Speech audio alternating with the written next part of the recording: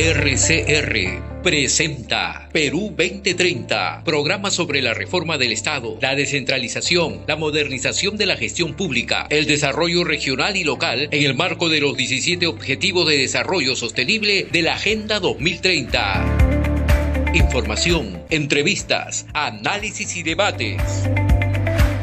Llevamos 7 años debatiendo los problemas del país y sus posibles soluciones. Perú 2030, con la dirección y conducción de Franz Portugal.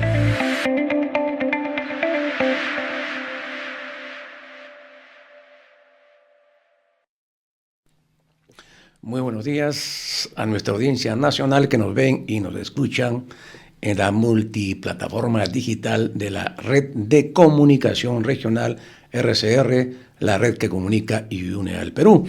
Hoy día sábado 29 de junio del 2024, hay que decir, día de San Pedro y San Pablo, presentamos nuestra edición 374 de Perú 2030 en RCR Televisión.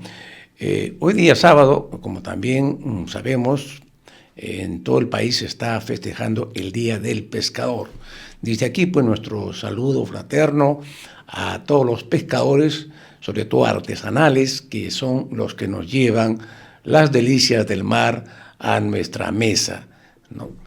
Sin ellos sería imposible poder comernos un rico ceviche, un sudado, un pescadito frito, ¿no? Pues esto es obra de los diferentes caletas donde trabajan los pescadores del Perú.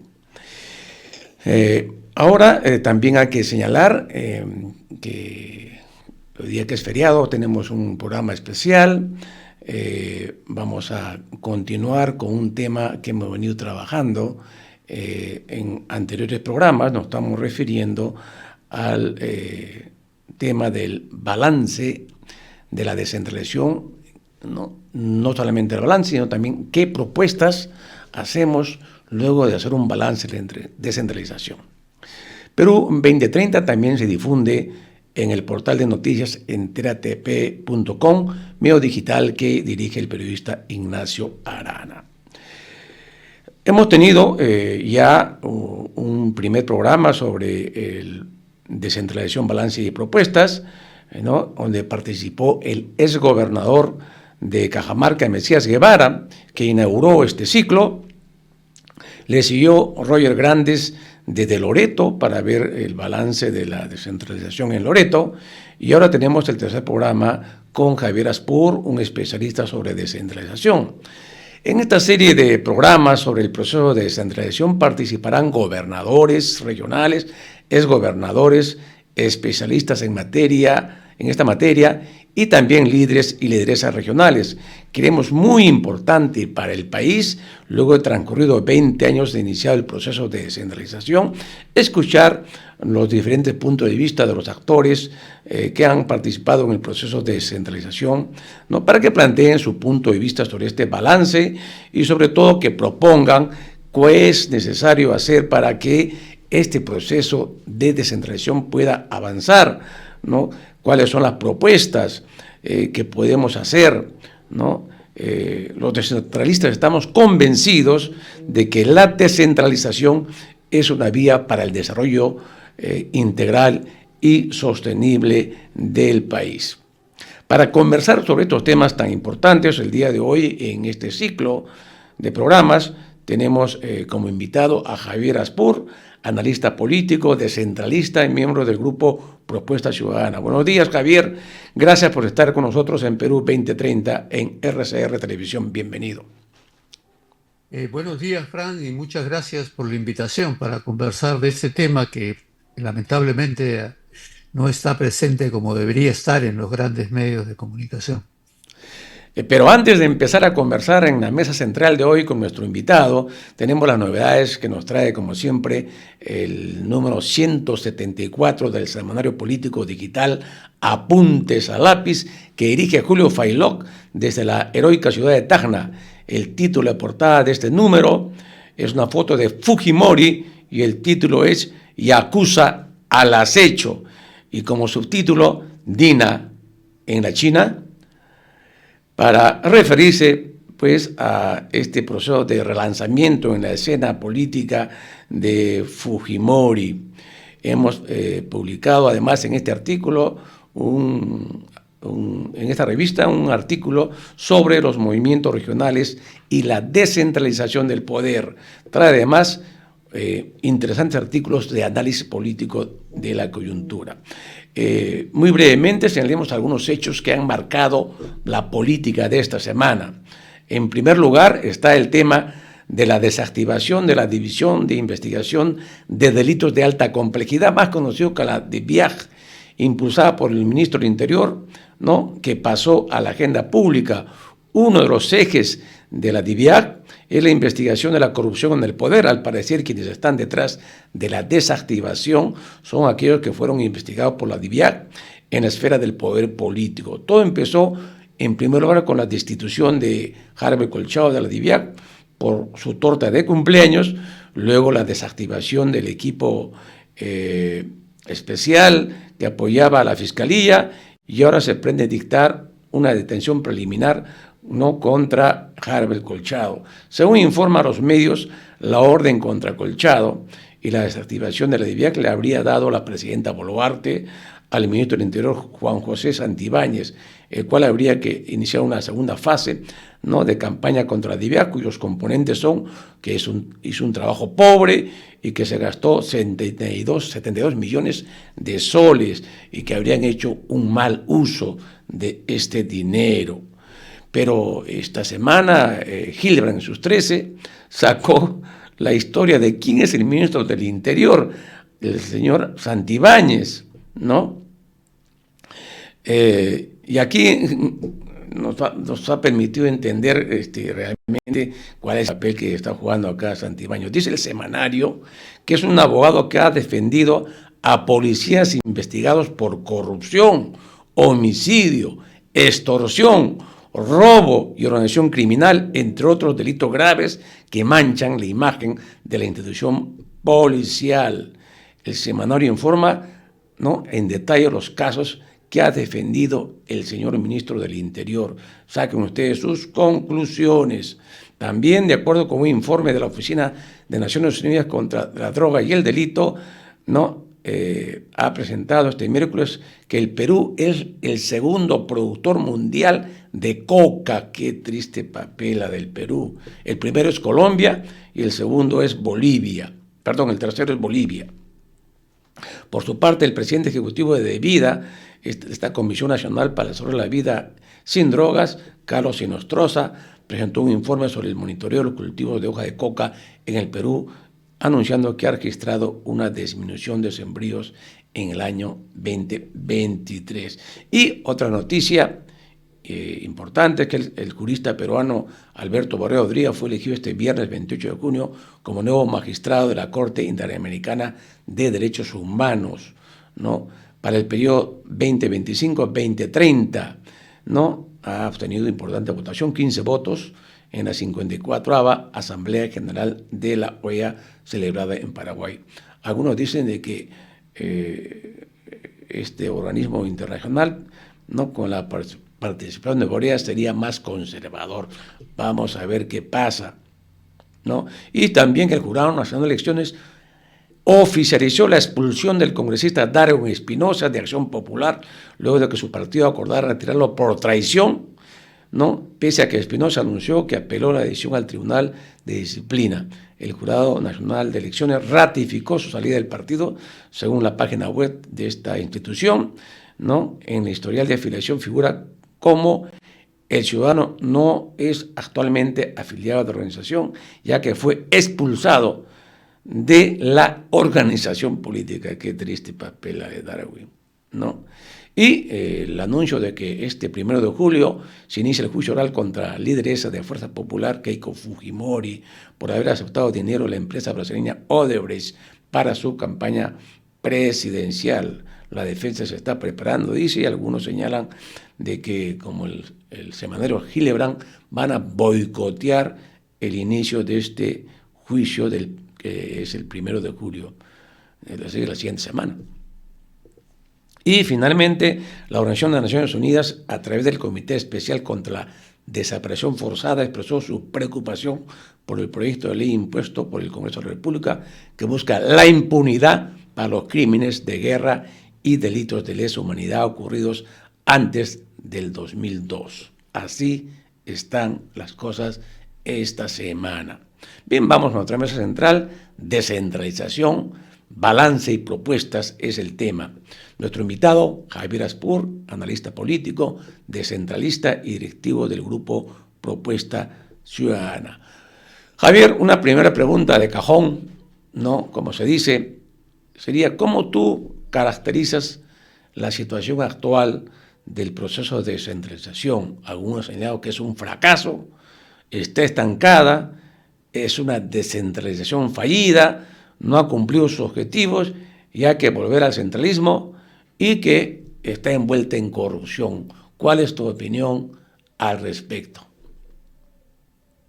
Bueno, Fran, yo creo que en general uno podría decir que el tema no está en definir, ¿no? Si fracasó, si se estancó, etcétera, sino que creo que el escenario de la descentralización y su importancia para un proceso de democratización del Perú nos lleva a preguntarnos y a plantearnos cuáles son los temas sobre los cuales tenemos que reflexionar qué es lo que ha sucedido y qué es lo que debemos transformar hacia adelante.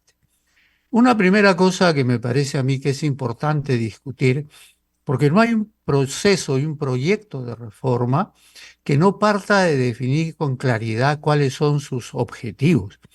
Y definitivamente, tal como están formulados los objetivos en el proyecto de descentralización, son objetivos tan genéricos que casi uno diría que en la descentralización está la responsabilidad del desarrollo nacional. Y tengo la impresión que eso nos lleva a hacer una discusión para qué queremos la descentralización y buscar objetivos que estén más cercanos a lo que es factible lograr con un proceso de descentralización del Estado que tiene que vincularse con las dinámicas territoriales.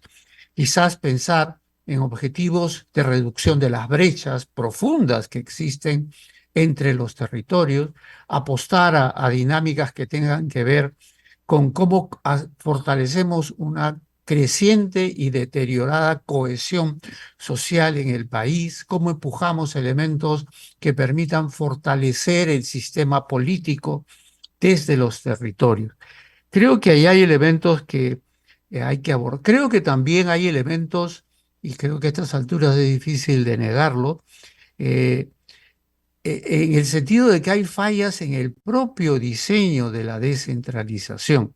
Hay que recordar cómo se inició este proceso, los problemas que tuvo en términos de la definición y las orientaciones, el momento que se inicia este proceso con mucho entusiasmo promovido por los partidos políticos de inicios de siglo, que parecían pensar que esto era una buena forma de reencontrarse con la sociedad, pero que paulatinamente fueron poniendo el freno al proceso. Por ejemplo, creo que un error de diseño es que se debió partir quizás de la regionalización de los 80 para repensar, para corregir los errores, para replantear lo que evidentemente tuvo problemas en varios planos, pero que era un punto de partida interesante. Se optó por un papel en blanco, como si ese proceso no hubiera existido,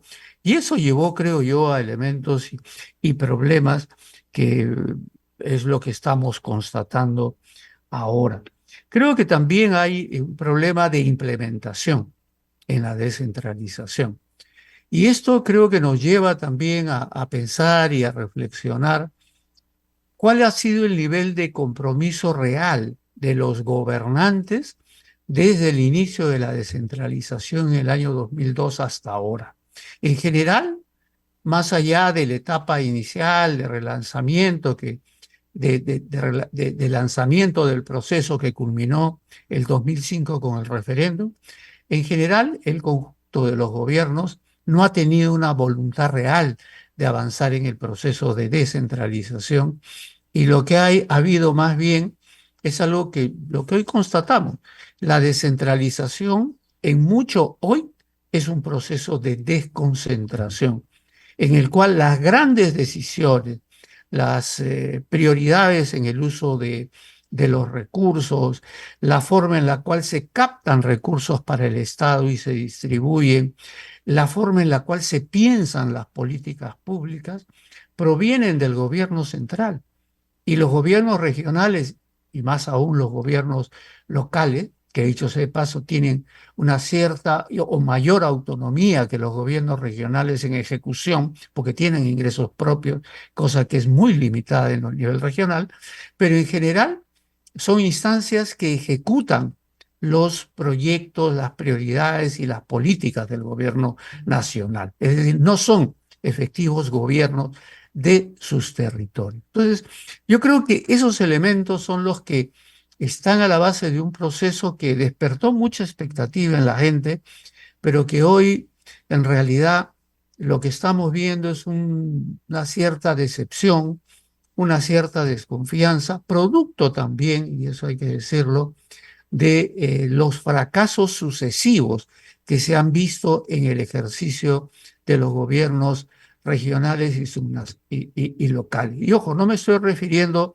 a algo que es transversal al Estado peruano, que es la corrupción, que también se ha visto y hay muchos casos de autoridades subnacionales que han sido acusadas e incluso están en prisión por los por problemas de corrupción y de malos manejos.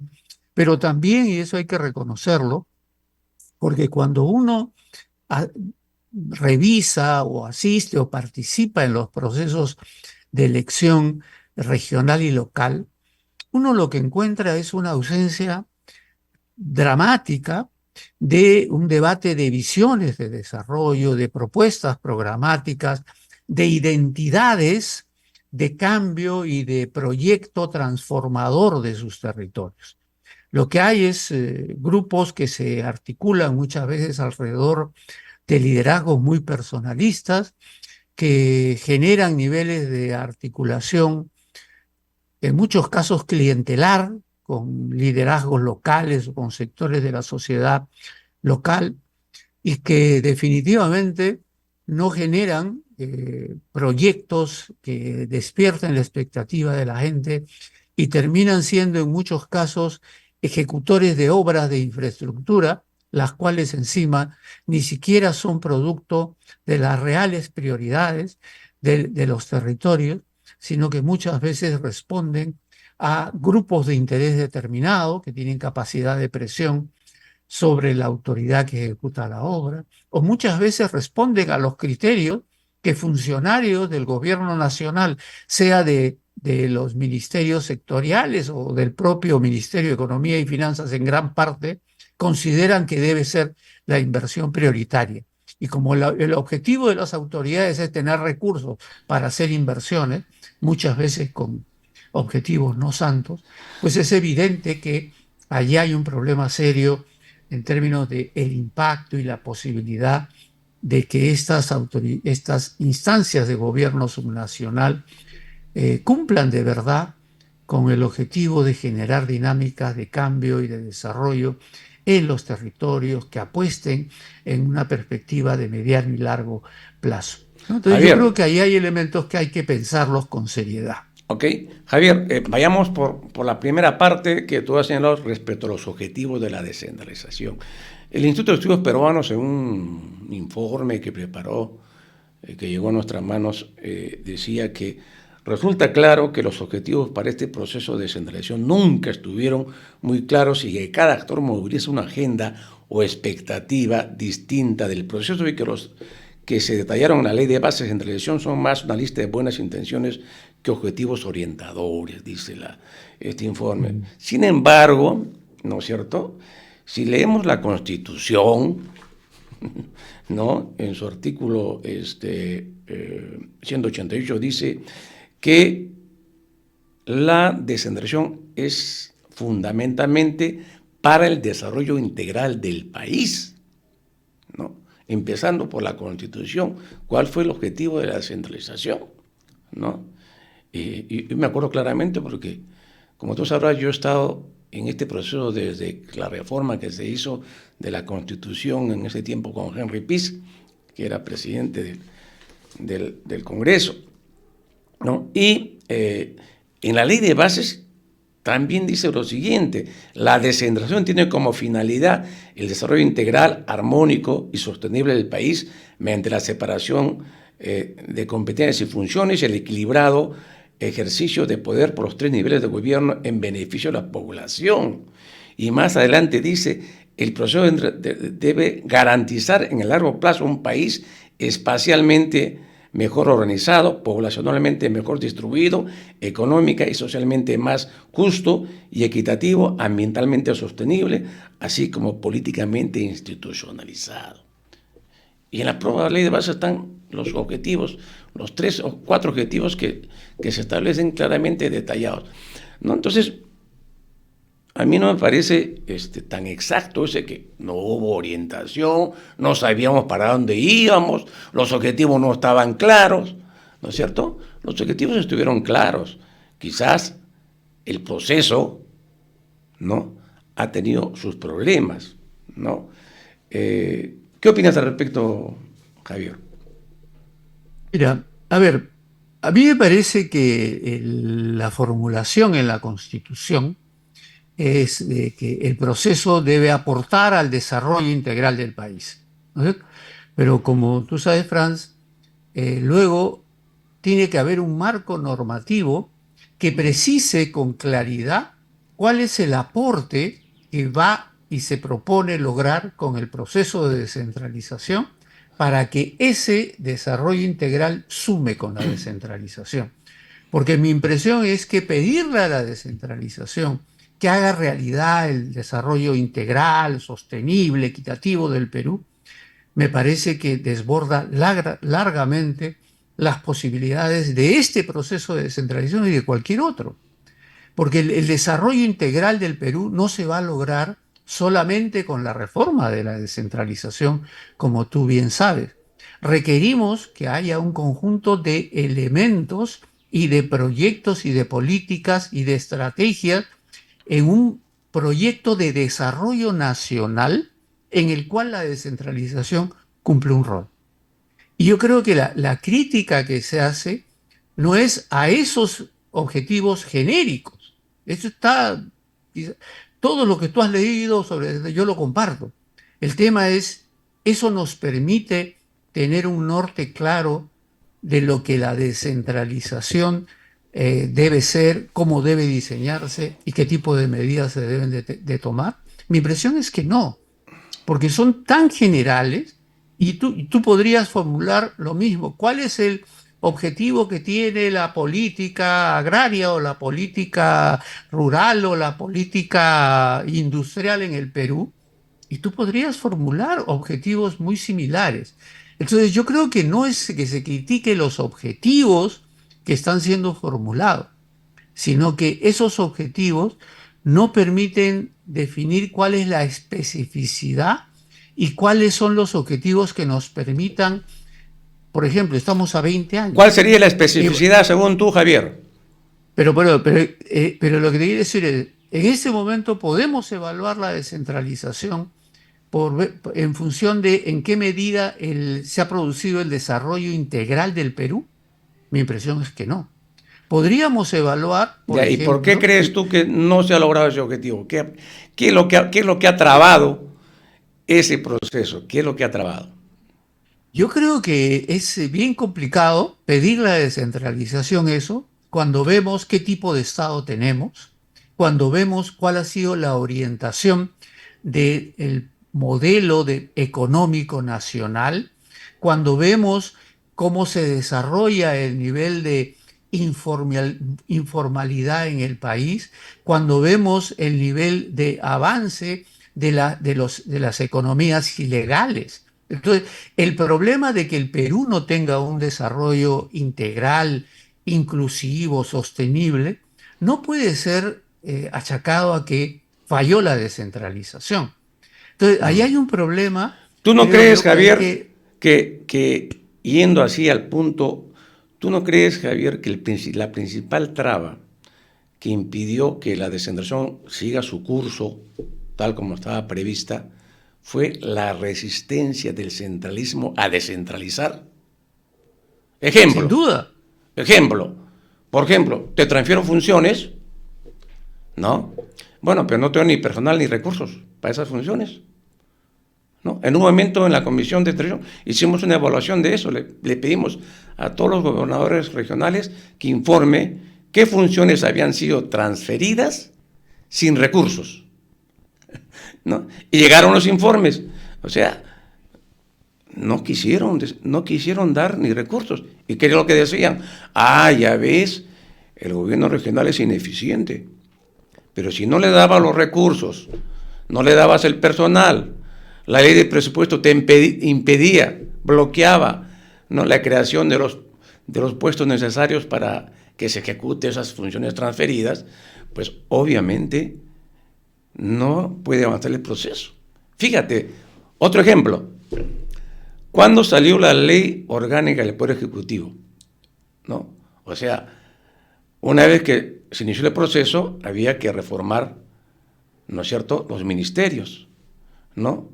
Ya se dio la ley orgánica de municipalidad, perdón, la ley de función de municipalidad, la ley orgánica de gobiernos regionales, y faltaba la ley orgánica del Poder Ejecutivo, del gobierno central. ¿Cuándo salió esa ley? Se inició el proceso el 2002, 2003, el 2007, Javier. El 2007. ¿Cuánto tiempo nos demoramos, ¿no es cierto? ¿Cuánto tiempo se resistió el Poder Central a descentralizarse? Y para sacar las leyes de funciones de los ministerios, otro problema, 4 o 5 años, ¿no? O sea, porque se resistían los ministerios. Y muchas veces, Javier, no fueron el poder político el que boicoteaba el proceso de descentralización, ¿eh? ¿Saben quiénes eran? Los funcionarios de cada ministerio que no querían soltar ni los recursos ni el poder que manejaban en ese momento, ¿no? O sea, esa ha sido, por ejemplo, una de las principales trabas para el proceso. En la dinámica que en teoría es pues que hay dos fuerzas, ¿no?, una centrífuga y una centrípeda en los procesos de descentralización. La centrípeda es el centralismo. Si tiene fuerza, bloquea. Y la centrífuga es la descentralización, ¿no? Y ese juego de fuerzas, ¿no?, ha impedido, ¿no?, que este proceso avance según mi punto de vista. No sé qué opinas tú. totalmente de acuerdo. Por eso te decía al inicio, Franz, que lo que hay que plantearnos es cuáles son las dimensiones de las cuales vamos a reflexionar, hacer un balance y a pensar hacia adelante la descentralización. Una de las dimensiones que yo te señalaba es que, desde mi punto de vista, hay una necesidad de precisar qué es lo que le vamos a pedir de acá a 10 años a la descentralización, para poderle evaluar en concreto si es que ese proceso permitió avanzar o no.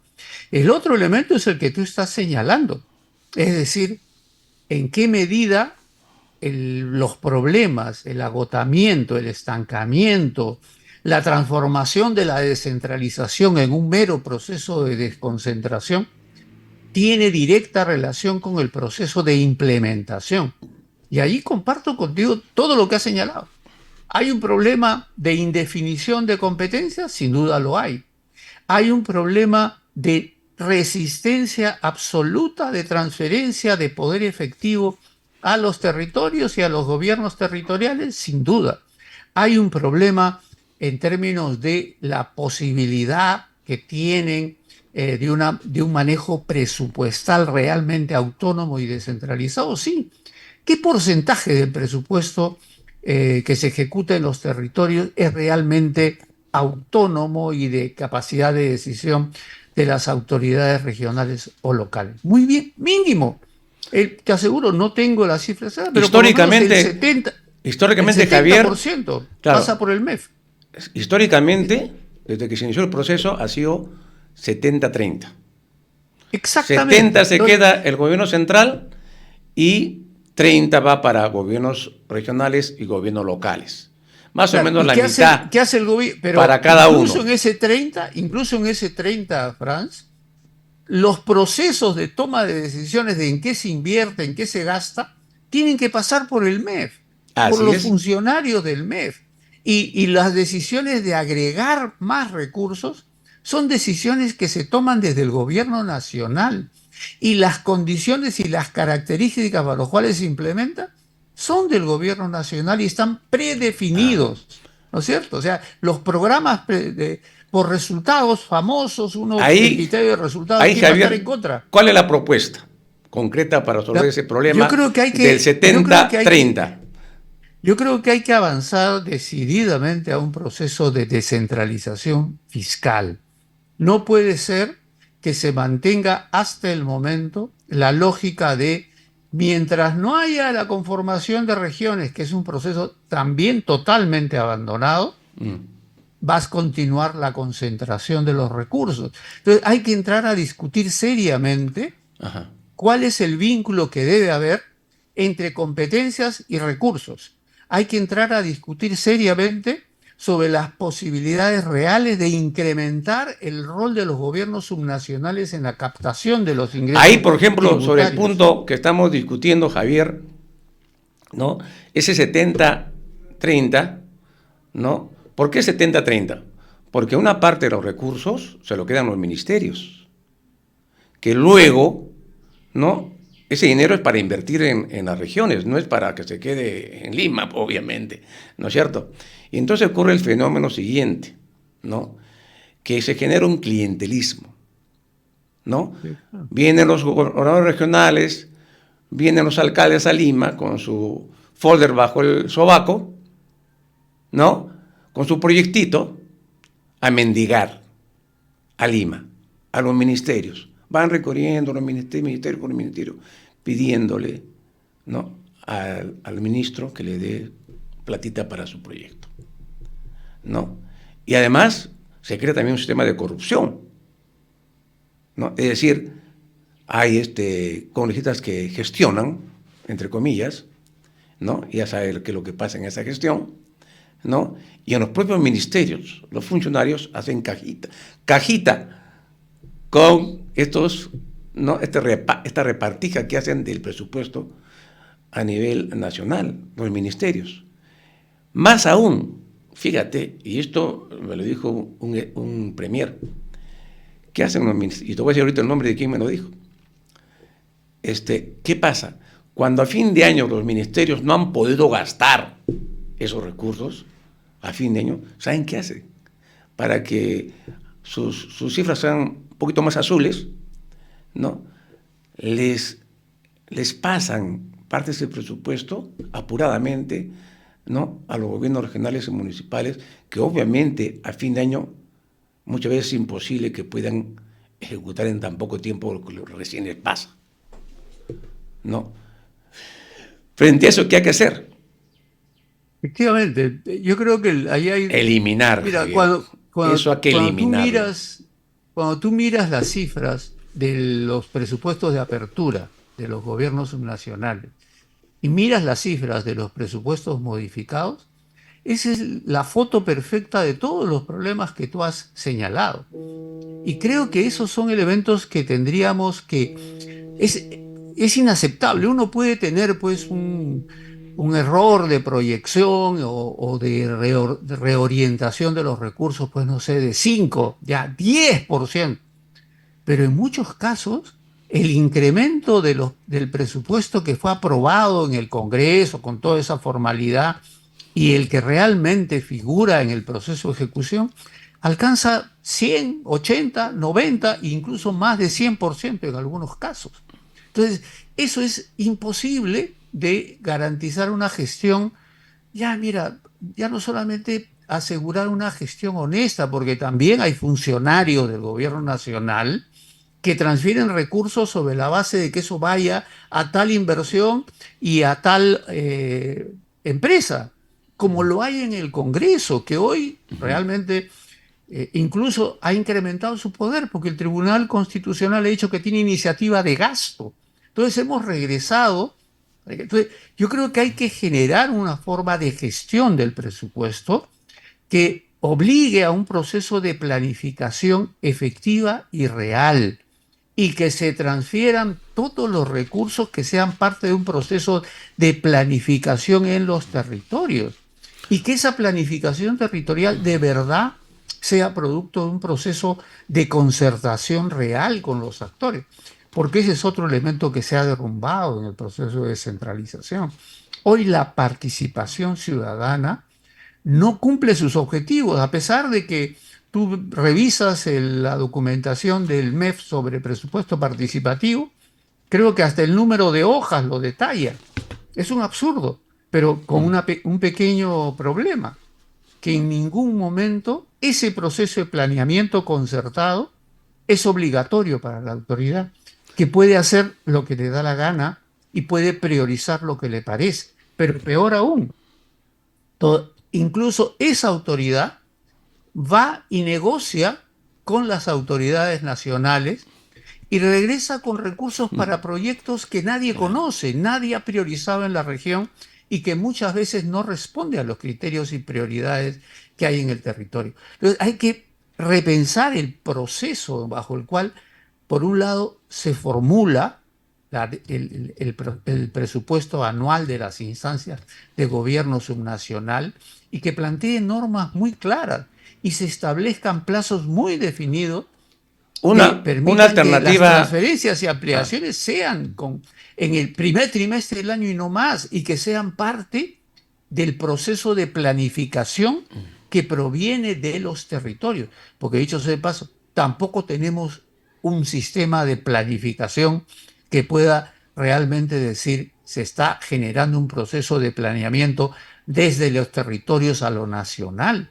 El CEPLAN es un adorno, me van a disculpar los amigos del CEPLAN, es un gran centro de estudios que produce documentos, pero que no orientan nada. Respecto al CEPLAN que has tocado, Martín, pues aquí en el país tenemos un grave problema, ¿no? Como tú muy bien lo has indicado, ¿no? O sea, acá en el país primero se ve el tema de la inversión y luego se planifica, cuando debe ser al revés, ¿no es cierto? O sea, está de cabeza la planificación, ¿no? Entonces, una alternativa era que hay que reformar el Ministerio de Economía y Finanzas, ¿no es cierto?, para que lo que es economía, ¿no?, pase el CEPLAN al Ministerio de Economía, ¿no?, pero de economía articular real, a pensar. Planificación con presupuesto, ¿no es cierto? Exactamente. No hay otra forma. O sea, el CEPLAN debe estar en el Ministerio de Economía. Porque, ¿cómo hace planificación si no tienen manejo de los recursos? Pues, o sea, es un absurdo, ¿no es cierto? Es un absurdo. Es un absurdo. Y eso es parte incluso, es un absurdo incluso. No puede estar pues en la PCM el CEPLAN. Comparten la visión de un determinado tipo de modelo económico que tenemos hace décadas en el país. Porque en países que tienen y han implementado modelos económicos similares, tienen poderosas instancias de planificación que son incluso aprobadas por ley en su Congreso y son de cumplimiento obligatorio para todas las autoridades. La planificación es un componente fundamental de una gestión moderna y eficiente. Ya ni siquiera ponemos a pensar de una gestión que apunte a la transformación, a la democratización, al cambio. No, simplemente gestión moderna y eficiente hoy, que no tenga un componente de planeamiento y de prospectiva, es algo que está desfasado de lo que es la gestión pública contemporánea. Y creo que ese es un elemento que en el fondo yo ni siquiera creo que sea producto de una visión ideológica, sino que es producto de un conjunto de empresarios y grupos de poder que tienen muy poco de realmente empresarios y líderes empresariales, sino son más bien mercantilistas, que quieren un Estado débil, que quieren un Estado sobre el cual puedan influir y sobre el cual puedan ir negociando sus intereses. Y también es producto, y hay que decirlo, del incremento y del poder que están asumiendo las economías ilegales, que no quieren un Estado fuerte, que no quieren que haya capacidad de gestión del Estado en los territorios, porque eso les da un enorme espacio de actuación. Y hoy hay que decirlo con mucha claridad, esa economía ilegal tiene una enorme presencia en determinados territorios, pero también en el gobierno nacional y en el Congreso. Las normas que se están aprobando son una evidencia de eso. Y eso creo que nos lleva a un debate también que hay que pensarlo con seriedad. La crisis del sistema político, porque es bueno recordar que la descentralización surge en el marco donde ya existía un escenario de debilidad del sistema, vamos a llamarle así, de partido. Ahora, y era la posibilidad de que desde los territorios se pensara en nuevos términos la política. Ahora, sobre el tema, Javier, de ese 70 que saqué el gobierno central, hay una propuesta que es la siguiente, no sé qué opinas tú, ¿no? Como no ha funcionado la regionalización, ya no se han formado regiones, ¿no?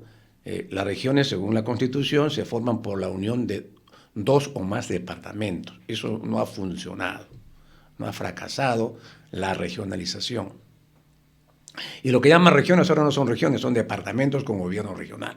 Ese es clarísimo, ¿no? Entonces, la propuesta es organizar zonas de planificación y desarrollo que integren, ¿no?, 2 o más departamentos en el país, ¿no? ¿Para qué son las zonas de planificación? Eso, para planificar, ¿no? Entonces, los recursos que tienen los ministerios, ¿no?, en cada zona que se establezca, los ministerios que van a invertir en proyectos de desarrollo interregional, por ejemplo, ¿no?, o como son las carreteras que cruzan varios departamentos, ¿no?, se deben reunir con los gobernadores regionales correspondientes y ahí acordar la inversión que se va a hacer en su zona, más las otras inversiones que no son interregionales, que son manejadas también por el gobierno central. Y en esa zona donde se articula gobiernos regionales con los ministerios correspondientes, definen y deciden democráticamente y coordinadamente la inversión de esos recursos para evitar lo que pasa hoy en día del clientelismo que se ha generado y la poca transparencia en los recursos que se quedan en los ministerios. Esa es una alternativa que proponemos. No sé qué opinas al respecto. Mira, tenemos coincidencia con esa mirada, ¿no? Porque, a ver, pensar que hoy vamos a, por decreto, fusionar departamentos, creo que no es realista, un proceso que ya tiene 2 décadas y que ha generado dinámicas y que tú y yo sabemos todos los problemas que hay para eso. Pero sí es perfectamente viable por avanzar y hay un marco legal que puede ser la base, ¿no?, que es ese tema de las mancomunidades regionales. Y las mancomunidades municipales también al interior de esas mancomunidades regionales. Pero lo que pasa es que las mancomunidades no está presente el Ejecutivo, ¿no? Y nos tienen embromados con los pobres regionales, con Claro, pero eso, todos esos formatos que no funcionan. Como un punto de partida, y hay que repensar las características de esas mancomunidades, donde se fortalezca su rol, se generen elementos efectivos para transformarlo en lo que tú señalas, unidad de planificación, se haga obligatorio que en esos procesos de planificación se involucre el gobierno nacional, sea parte de esos procesos de planificación y que se definan cuáles son las prioridades que va a tener esta mancomunidad, pero son mancomunidades que deberían ser pensadas en generar condiciones, ser parte de un proceso que probablemente va a tomar tiempo. Uno de los problemas, Javier, en la población esa comprensión de que la integración regional, que la regionalización es un instrumento potente para generar un nuevo equilibrio de poder y de relaciones territoriales con el centro y con el centralismo. Javier, respecto de de las mancomunidades, ahí es un mecanismo que me parece bueno, pero hay un problema que también hay que resolver. Las mancomunidades municipales y las mancomunidades regionales no tienen presupuesto para funcionar. Y entonces o desaparecen o están pintadas en el papel. Entonces, ¿cuál es ahí la alternativa? Que en el presupuesto anual que se aprueba debe estar contenido el presupuesto para el funcionamiento, conforme establece la norma, ¿no? El presupuesto para que funcionen, ¿no es cierto?, las mancomunidades regionales, porque necesitan personal y recursos para llevar a cabo los proyectos de inversión correspondientes. Y como eso no está, no hay presupuesto, simplemente se caen, ¿no es cierto?, este tipo de propuesta de organización que son las mancomunidades. Otro tema, ya se nos va el tiempo, mira, rapidito ya ha pasado, es el neocentralismo que se hay en el país, ¿no? 2.000 oficinas desconcentradas se han creado en el país, 2.000 de ministerios y de organismos públicos, con personal y recursos, que le hacen el paralelismo a los gobiernos regionales y a los gobiernos locales. Increíble, pero cierto, ¿no? Es decir, le han sacado la vuelta a la descentralización, ¿no? Propuesta, eliminarlas. Se transfieren personal y recursos a los gobiernos regionales correspondientes. Punto. ¿No? O sea, obviamente hay un enfoque distorsionado que manejan los ministerios, ¿no?, por intereses internos que tiene cada ministerio sobre este tema, y que alegremente los gobiernos que han pasado han apañado. Quien hizo esta denuncia fue el premier César Villanueva en esa época. Cuando anunció que habían 2.000, yo me quedé sorprendido, ¿no? O sea, cómo había operado. No sé si tú estás de acuerdo en que esto realmente tiene que desaparecer, y si no, es un atentado contra la descentralización, pues obviamente.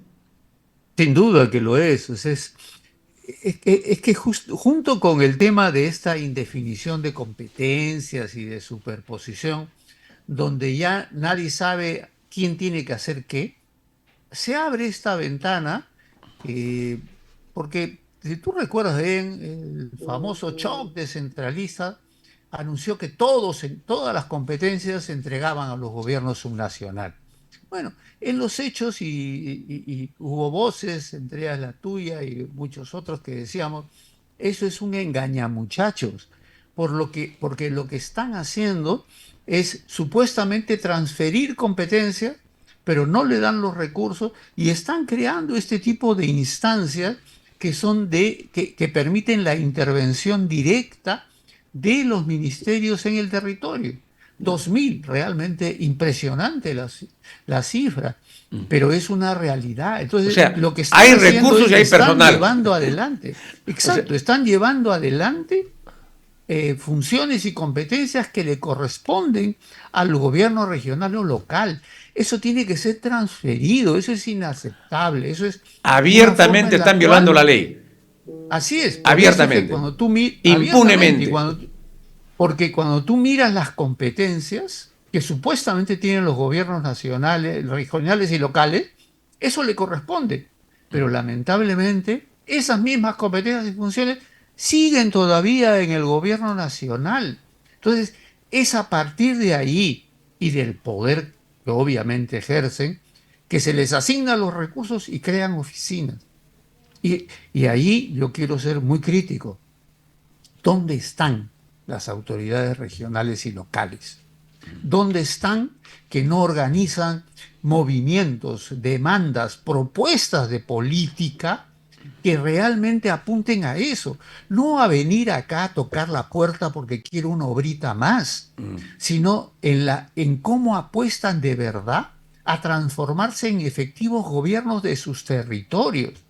Porque creo que no son plenamente conscientes que mientras no sean efectivos gobiernos de sus territorios, van a tener serios problemas de legitimidad con su población. Bueno, Que piensa seriamente para qué los necesito si el que define y el que invierte es el gobierno nacional.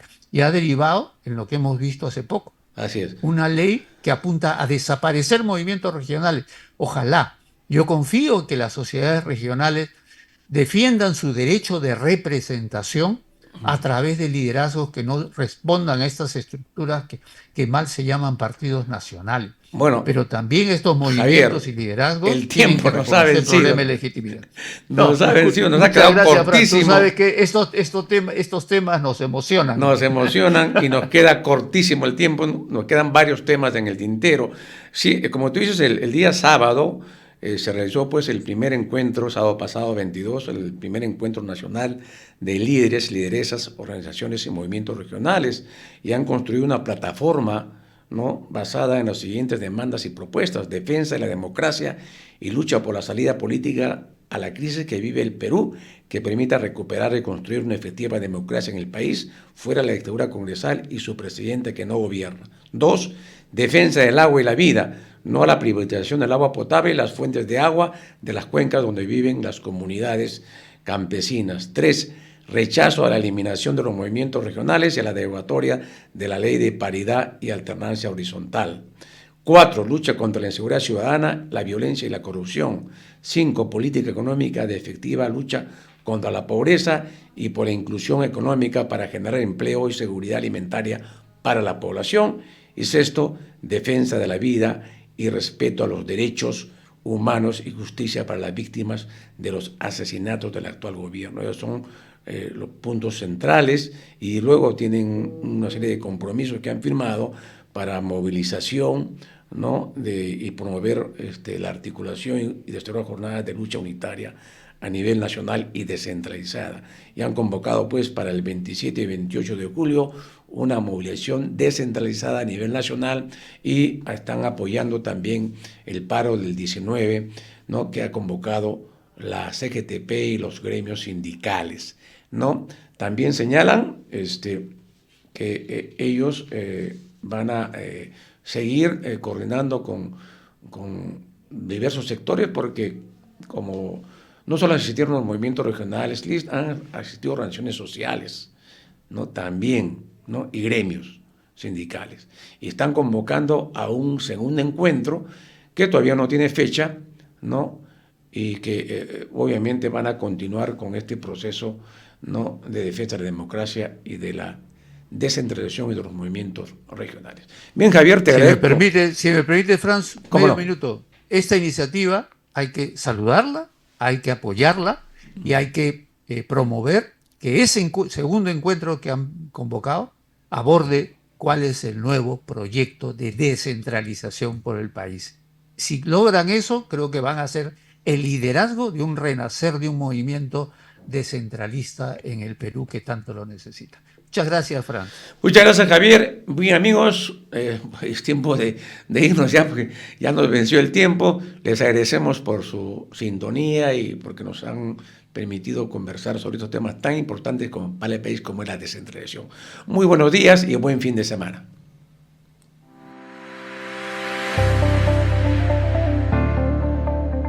RCR presentó Perú 2030. Retornamos en nuestra próxima edición con más información, entrevistas, análisis y debates sobre los problemas del país y sus posibles soluciones. Perú 2030.